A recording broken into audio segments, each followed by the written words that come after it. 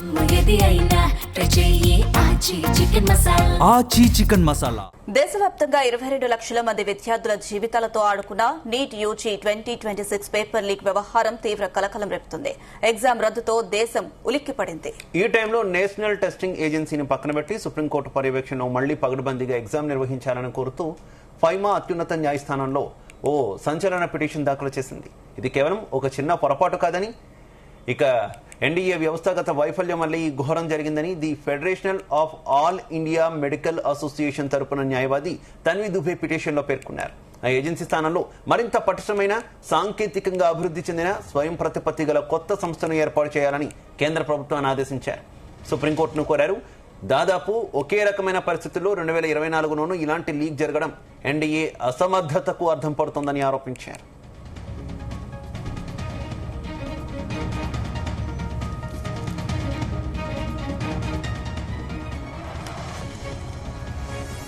WhatsApp, Telegram వేదికగా పరీక్షకు ముందే లీక్ అయిన ఈ పేపర్ కోసం బ్రోకర్లు అభ్యర్థుల నుంచి 30 లక్షల వరకు వసూలు చేసినట్లు దర్యాప్తులో తేలింది. రాజస్థాన్లోని సికార్కు చెందిన ఓ హాస్టల్ యజమాని ఇచ్చిన సమాచారంతో ఈ బాగోతం వెలుగు చూసింది.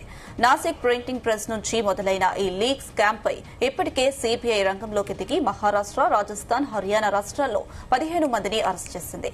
4 వారాల్లోగా సీబీఐ దర్యాప్తు పురోగతి నివేదికను సమర్పించేలా ఆదేశివ్వాలని పిటిషన్లో స్పష్టం చేశారు.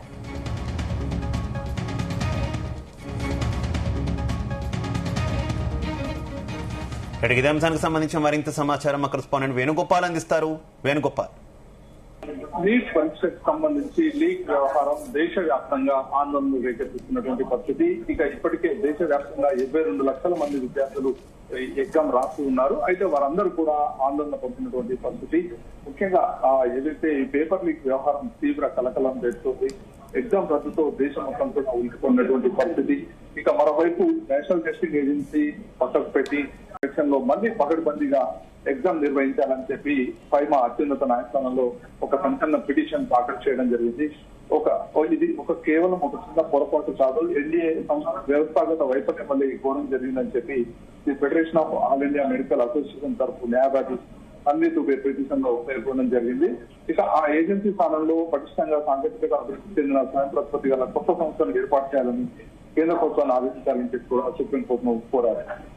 దాదాపు ఒకే రకమైన పరిస్థితుల్లో 2024లోనూ ఇలాంటి లీక్ ఒకటి జరగడం మళ్ళీ ఎన్డీఏ అసమర్థతకు అడ్డపడుతుందని చెప్పి ఆరోపించినటువంటి పరిస్థితి. ఇక భవిష్యత్తులో ఇలాంటి లీకులు జరగకుండా ఉండాలంటే కంప్యూటర్ బేస్డ్ పరీక్ష విధానం తీసుకురావాలని చెప్పి కూడా పరిణామిస్తుంది. భౌతికంగా పేపర్లు చేతులు మారడం, ప్రశ్నపత్రంలో డిజిటల్ లాంఛనం చేయాలని చెప్పి కూడా డిమాండ్ చేస్తుంది.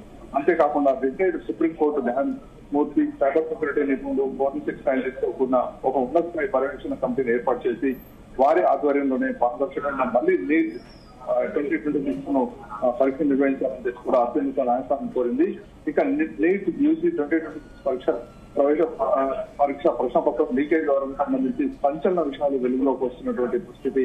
ఈ ప్రశ్నపత్రాన్ని నీట్ పరీక్షకు వారం రోజుల ముందే రాజస్థాన్ చెందిన 2 సోదరులు ఒక వైద్యుడి నుంచి కొనుగోలు చేసినట్టు తెలియదు. మరోవైపు ఈ లీక్ బయట పెట్టింది సికార్లోని ఒక హాస్టల్ యజమాని చెప్పి కూడా పోలీసు వర్గాలు చెప్తున్నాయి. ఇక రాజస్థాన్ లోని సికార్ చెందిన ఓ విద్యార్థి కేరళలో ఎంబీబీఎస్ అవుతున్నాడు. నీట్ పరీక్ష జరగడానికి కొన్ని గంటల ముందే అంటే మే 2వ తేదీ రాత్రి 11 గంటలకు అతనికి సికార్లోని నీట్ నుంచి పీడిఎఫ్ ఫార్మాట్ లో నీట్ పరీక్షకు అవసరమయ్యే ప్రశ్నపత్రం వచ్చింది. గెస్ట్ పేపర్ కు వచ్చిన ప్రశ్నపత్రాన్ని తమ విద్యార్థి రాజస్థాన్ లోని తన తండ్రికి పంపించాడు. ఆ విద్యార్థి తండ్రి స్థానికంగా హాస్టల్ నిర్వహిస్తున్నారు. మర్నాడు ఉదయం కొడుకు నుంచి దగ్గర చూసిన హాస్టల్ యజమాని ఈ విషయాన్ని తనకు తెలిసిన ఒక కెమిస్ట్రీ అధ్యాపకుల దృష్టి కూడా తీసుకెళ్లడంతో అప్పటికే దేశవ్యాప్తంగా కూడా నీట్ పరీక్ష ప్రారంభమైంది. ఇక ఆ టీచర్ అసలైన ప్రశ్నపత్రంతో ఈ గెస్ట్ పేపర్ ను పోల్చగా దాదాపు 108 ప్రశ్నలు ఒకేలాగా ఉండడం గుర్తించారు. ఆ తర్వాత బయాలజీ పేపర్ చూడగా అందులో చాలా వరకు ప్రశ్నలు ఒకేలాగా ఉండడంతో పేపర్ లీకేజ్ జరిగిన విషయం నిర్మాణం. దీంతో ఆ కెమిస్ట్రీ టీచర్ హాస్టల్ యజమాని కలిసి పోలీసుల వద్దకు వెళ్ళడంతో ఈ లీకేజ్ వ్యవహారం బయటపడిందని చెప్పి పోలీసు వర్గాలు వెల్లడిస్తాయి. ఇక మొదటగా కేసు నమోదు చేసేందుకు సికార్ పోలీసులు నిరాకరించినట్టు తెలిసింది. దీంతో హాస్టల్ యజమాని, కెమిస్ట్రీ టీచర్ కలిసి నేషనల్ టెస్టింగ్ ఏజెన్సీకి మెయిల్ పంపారు. అప్పటికి పరీక్ష జరిగి 4 రోజులు గడిచింది. దీంతో ఆరోపణలపై దర్యాప్తు చేసేందుకు ఎన్టీఏ ఇంటెలిజెన్స్ బ్యూరో సాయం పడింది. వారి సూచనల మేరకు రాజస్థాన్ లోని స్పెషల్ ఆపరేషన్ గ్రూప్ దీనిపై దర్యాప్తు పెట్టగా లీకేజ్ చుట్టూ వెలుగులోకి రావడం జరిగింది. భద్రతా కారణాల దృష్ట్యా హాస్టల్ యజమాని ఆయన కుమార్ను కెమిస్ట్రీ టీచర్ చేయడం మాత్రం పోలీసులు బహిర్గతం చేయలేదు. ఇక ఈ కేసును మరింత లోతుగా దర్యాప్తు చేస్తే కీలక విషయాలు బయట వస్తాయని రాజస్థాన్ లోని జమ్మా రాయగఢ్ ప్రాంతానికి చెందిన సోదరులు మంగీలాల్ దినేష్ దివాలాల్ ఈ నీట్ ప్రశ్న పత్రాన్ని ఎప్పుడు గురుగ్రామ్ చెందిన వైద్యుల నుంచి కొనుగోలు చేసినట్టు పోలీసులు గుర్తించారు. ఇక ఆ సోదరులు ఒక కుమారుడు నీట్ పరీక్ష కోసం సిద్ధమవుతుండగా ఆ పేపర్ పత్రాలు పంపించారు. అనంతరం ఏప్రిల్ 29న ఆ ప్రశ్న పత్రాన్ని గుర్తించడంలో దర్యాప్తు చేసింది.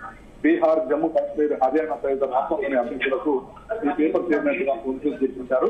ఈ కేసులో ఇప్పటికే పలువురు కీలక నేతలను కూడా అరెస్ట్ చేయడం జరిగింది. వారిని విచారణ చేస్తే మరిన్ని విషయాలు కూడా ఈ నీట్ విధానంతో నీట్ పరీక్ష ఎన్డీఏ ఇప్పటికే రద్దు చేసింది. అయితే ఇంకా మరిన్ని విషయాలు కూడా విచారణ జరిపితే మరిన్ని విషయాలు కూడా బయటకు వచ్చే అవకాశం ఉంది. మొత్తంగా ఏదైతే జరిగినటువంటి ఈ నీట్ పరీక్షకు సంబంధించిన పేపర్ లీక్ వల్ల దేశవ్యాప్తంగా కూడా విద్యార్థులందరూ కూడా ఆందోళన వ్యక్తం చేస్తున్నారు. మరోవైపు ఇప్పటికే ఇది రెండోసారి జరగడం పట్ల ఇటు రాజకీయ వర్గాలు కూడా పెద్ద ఎత్తున స్పందించినటువంటి పరిస్థితి. ఈ విధంగా విద్యార్థుల జీవితంతో చెలగాటం ఏంటి అని చెప్పి ఇటు రాజకీయ పార్టీల నేతలు కూడా దాటిలో విమర్శించారు. Right, okay, thank you.